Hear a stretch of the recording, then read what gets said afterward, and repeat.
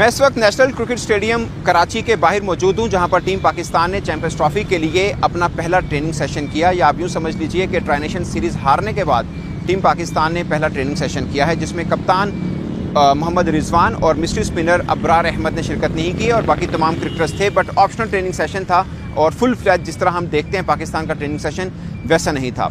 मगर पाकिस्तान टीम को लेके जो क्रिकेट फैंस हैं, खासकर जो कराची के हैं, क्योंकि यहाँ पर पाकिस्तान ने 2 मैच खेले, एक अफ्रीका के खिलाफ जो पाकिस्तान ने जीता, एक न्यूजीलैंड के खिलाफ फाइनल जो पाकिस्तान हारा। जिस दिन जीता था उस दिन मैंने फैंस को बहुत यहाँ पे खुश देखा, जिस दिन हारा एकदम वही सिचुएशन हुई जो कज़ाफ़ी स्टेडियम लाहौर के बाहर हमने देखी थी कि पाकिस्तान पहला मैच न्यूजीलैंड से हारा था। और जब मैच शुरू नहीं हुआ था उस वक्त सब उम्मीद किए थे कि पाकिस्तान न्यूजीलैंड को तो आराम से पकड़ेगा, क्योंकि न्यूजीलैंड के खिलाफ पाकिस्तान का उमूमन रैकेट को इतना बुरा है नहीं।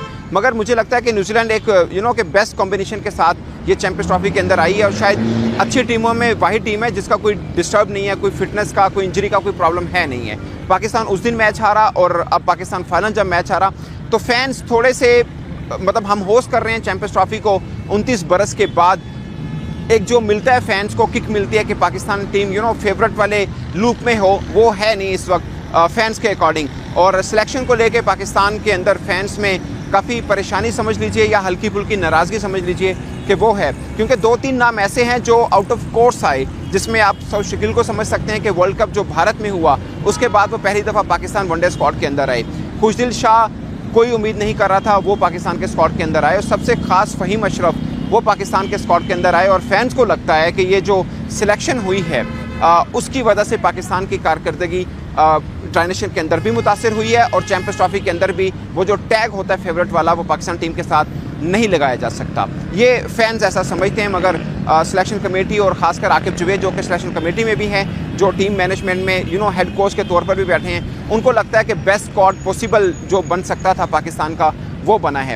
एक्चुअली में पाकिस्तान का प्रॉब्लम ये आ रहा है कि हमारे पास कोई एक भी अच्छा फास्ट बॉलिंग ऑलराउंडर नहीं है। अगरचे आमिर जमाल का बहुत जिक्र किया जाता है, टेस्ट के अंदर उन्होंने अपना मनवाया भी, मगर बीच में उनको इंजरीज भी आई और वो लगातार पाकिस्तान वनडे स्क्वाड का उस तरह से हिस्सा भी नहीं रहे हैं। तो ऑलराउंडर वाली वो शेप थी पाकिस्तान की कि आप, मुझे ज़्यादा तौर पर ये लगता है कि आप आमिर जमाल को भी लें, अगरचे प्रोसेस के तहत उनको ही आना चाहिए था, मगर आमिर जमाल के आने से भी टीम पाकिस्तान कोई वो एकदम चेंज नहीं होना था। यानी 19-20 ही हैं, आप आमिर जमाल को देख लीजिए, फ़हीम अशरफ को देख लीजिए, प्रोसेस वाइज आमिर जमाल को ज़रूर आना चाहिए था, मगर दोनों की कारकर्दगी वनडे पर्सपेक्टिव के अंदर कोई बहुत ज़्यादा चेंज उस तरह से नहीं है। एक शोर मचाया जाता है कि पाकिस्तान के पास ओपनर सिर्फ एक है, फ़खर जमान, आपने दूसरा ओपनर क्यों नहीं डाला? अगरचे उस्मान खान हैं जो कि एक मुतबादल विकेट कीपर के तौर पर भी हैं और ओपनर के तौर पर भी हैं, मगर लोगों की ये मांग है कि यहाँ पर इमामुल हक को होना चाहिए था और सिलेक्शन कमेटी ये समझती है कि इमामुल हक इतने फिट नहीं है कि उनको चैंपियंस ट्रॉफी स्क्वाड में डाला जाए। अगरचे अभी वो टेस्ट स्क्वाड के अंदर थे मगर प्लेइंग 11 में नहीं खेले थे जो हमने वेस्ट इंडीज़ के खिलाफ खेला।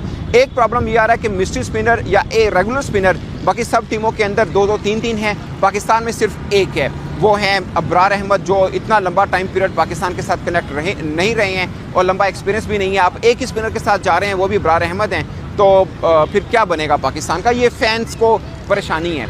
बट उसका जवाब भी ये है कि आपके पास स्पिनर्स की ऑप्शन ज़रूर है, मगर कोई एक ऐसा ऊंचे कद का नहीं है, कोई ऐसा हैवी वेट नहीं है जिस पे आप ये शोर मचाएं कि ये क्यों नहीं है। मिसाल के तौर पर सुफियान मुकीम की बात की जाती है कि उनको शामिल होना चाहिए। सुफियान मुकीम भी रेगुलर नहीं रहे हैं पूरे 1 साल से वनडे स्क्वाड के अंदर। आप शादाब खान को देखिए, वो शाहीन के साथ उन्होंने प्रैक्टिस मैच खेला अफगानिस्तान के खिलाफ, उन्होंने 2-3 विकेट्स ली, अच्छी के बॉलिंग की, बैटिंग में वो रन नहीं कर पाए थे, बट वो प्रैक्टिस मैच था। और शादाब खान इसलिए नहीं आ रहे कि पाकिस्तान के जो डोमेस्टिक के 2 बड़े इवेंट हुए थे उसमें कुछ खास उनका कलर नज़र नहीं आ रहा था। फिर उसामा मीर हैं, वो सेंटर कॉन्ट्रैक्ट के अंदर नहीं है, वो इसलिए नहीं है कि वो फिटनेस टेस्ट पाकिस्तान का उन्होंने पास नहीं किया था, वो फिर ऑल ऑफ सडन वो भी टीम का हिस्सा नहीं बन सकते थे। तो पाकिस्तान के 2-3 इशूज़ हैं। उससे बढ़ के इशू ये है कि उसकी जगह पर आप अगर फ़हीम अशरफ का सोच रहे हैं कि वो क्यों आए हैं, तो कोई ऐसा क्रिकेटर नहीं बैठा जिसके ऊपर आप चीखो पुकार कर सकें कि यार इसको होना चाहिए था, ये क्यों है। अगर अब्रार अहमद हैं तो उनकी जगह पर भी कोई और दूसरा स्पिनर इतना बड़ा नहीं पड़ा जिसके ऊपर आप बात कर सकते हैं कि यार ये क्यों नहीं है। मिसाल के तौर पे आपको याद होगा वर्ल्ड कप 2023 में अब्रार अहमद रिजर्व में थे, तब शादाब खान को रन हो रहे थे तो सब चीखो पुकार कर रहे थे कि अब्रार अहमद को क्यों नहीं खिलाया जा रहा। जब शादाब को रन हो रहे हैं तो फिर अब्रार को खिलाया जाए। अब जब अब्रार अहमद एक ही खेल रहे हैं तो फिर शोर ये हो रहा है कि अब शादाब खान को टीम में क्यों नहीं रखा हुआ। कुछ कह रहे हैं उसामा मीर क्यों नहीं है, हालांकि शादाब खान, उसामा मीर वर्ल्ड कप जो भारत में हुआ दोनों उस टीम का हिस्सा थे।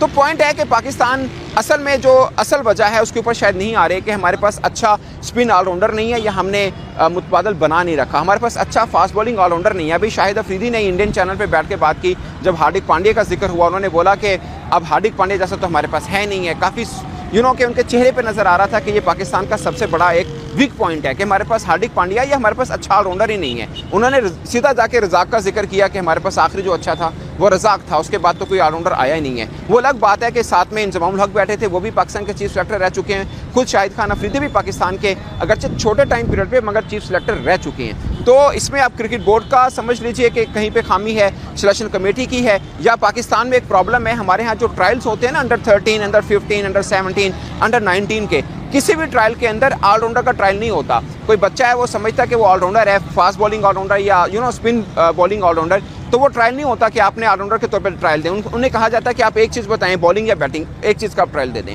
तो हमारे यहाँ ये सिस्टम में नहीं है ऑलराउंडर का ट्रायल, तो इस वजह से मुझे लगता है कि सामने भी उस तरह से आ नहीं रहा है। लास्ट उठा के देख लीजिए, आपके पास शताब खान हमारे पास ऑप्शन है, या फिर अब्दुल रज़ाक जो पहले फास्ट बॉलिंग ऑलराउंडर है। इस बीच में एक दो नाम आए ज़रूर, जिसमें आमिर जमाल का जिक्र भी कर लीजिए, एक अहमद भट्ट हैं जो खेलते हैं पाकिस्तान के डोमेस्टिक सर्कल में, बट वो भी कोई इतने बड़े यानी है नहीं जिनके ऊपर बहुत ज़्यादा शोर मचे। जैसे फ़खर ज़मान टीम पाकिस्तान से बाहर थे तो सबने शोर मचाया कि ऐसा कोई प्लेयर नहीं है।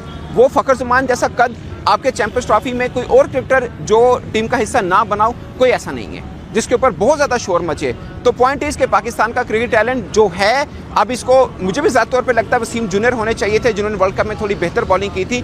मगर ये कह दिया जाए कि वसीम जूनियर के आने से क्या पाकिस्तान टीम एकदम चेंज हो जाएगी, तो शायद नहीं। बट ज़ाती तौर पर मुझे लगता है कि वसीम जूनियर के आने से पाकिस्तान का डेथ ओवर का थोड़ा सा मसला हल होता है और थोड़ी बहुत वो बैटिंग भी कर लेते हैं। मिसाल के तौर पर वसीम जूनियर का बैटिंग एवरेज 11 का है शायद, मगर फ़हीम अशरफ का 10 का है। तो फ़हीम अशरफ ऑलराउंडर हैं, जबकि वसीम जूनियर को हम आमतौर पर बॉलर समझते हैं कि वो फास्ट बॉलर हैं। तो कुछ हैं पाकिस्तान में, ऑफ कोर्स अब चेंज नहीं किया जा सकता। हारिस रऊफ के ऊपर था, हारिस रऊफ फिट हैं। आज जो ट्रेनिंग सेशन हुआ उन्होंने हल्की ट्रेनिंग ज़रूर की है, बट उन्होंने की है और फर्स्ट मैच के लिए वो अवेलेबल भी हैं। तो पॉइंट इस कि पाकिस्तान का यही स्क्वाड रहेगा, और जो फैंस में हल्का सा एक शक है पाकिस्तान टीम को लेकर, डाउट है, वो उसी सूरत में दूर हो सकता है कि पाकिस्तान इसी स्टेडियम में 19 को जो न्यूजीलैंड के खिलाफ मैच खेलना है वो पाकिस्तान जीते। अगर पाकिस्तान वो मैच जीतता है तो एक उड़ान बनेगी और शायद चैंपियंस ट्रॉफी के लिए बहुत बेहतर होगा, क्योंकि चैंपियंस ट्रॉफी का सबसे बड़ा मैच जो पाकिस्तान और भारत के साथ होने 23 को दुबई के अंदर, उसमें कुछ जान पड़ेगी। अगर पाकिस्तान ये मैच हार जाता है, 19-20 हो जाता है न्यूजीलैंड वाला मैच, तो मुझे लगता है कि फिर उस मैच में भी इतना मज़ा नहीं रहेगा कि हम सभी को पता है कि इस चैंपियंस ट्रॉफी में सबसे तगड़ा स्क्वाड इंडिया का है। टू सम एक्सटेंट आप न्यूजीलैंड का भी कह सकते हैं, बट अगर न्यूजीलैंड से हम तीसरा मैच हार जाते हैं, क्योंकि 2 मैच हम हार गए हैं, अगर चैंपियंस ट्रॉफी का पहला मैच भी हम हार जाते हैं तो कुल मिला के 3 मैच हम हारे हैं, तो फिर क्या उम्मीद रखनी चाहिए कि हम इंडिया को भी हरा सकते हैं या नहीं हरा सकते। तो at the moment Pakistan team को लेके फैंस क्या सोच रहे हैं, इन्वायरमेंट तो खैर बहुत ज़बरदस्त बना हुआ है कि पाकिस्तान में 29 ईयर के बाद कोई बड़ा आईसीसी का इवेंट पाकिस्तान को मिला है। इन्वायरमेंट बहुत ज़्यादा है, फैंस में एक्साइटमेंट बहुत ज़्यादा है, बट अब टीम पाकिस्तान के ऊपर है कि कहीं पर एक बड़ी जीत दें ताकि फैंस में वो जोशो खरोश फिर दोबारा से बना रहे जो मैंने साउथ अफ्रीका के खिलाफ जीत के बाद